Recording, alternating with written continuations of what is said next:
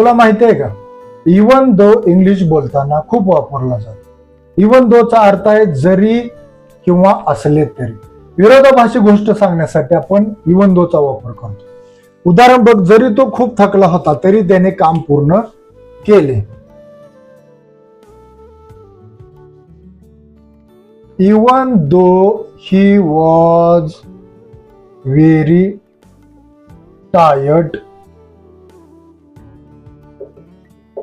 He finished the work. जरी पाऊस सुरू होता तरी आम्ही बाहेर गेलो. Even though it was raining we went outside. आता इवन दो वापर आणि फ्लुएंट बोल. Speak smart English. फॉलो मी.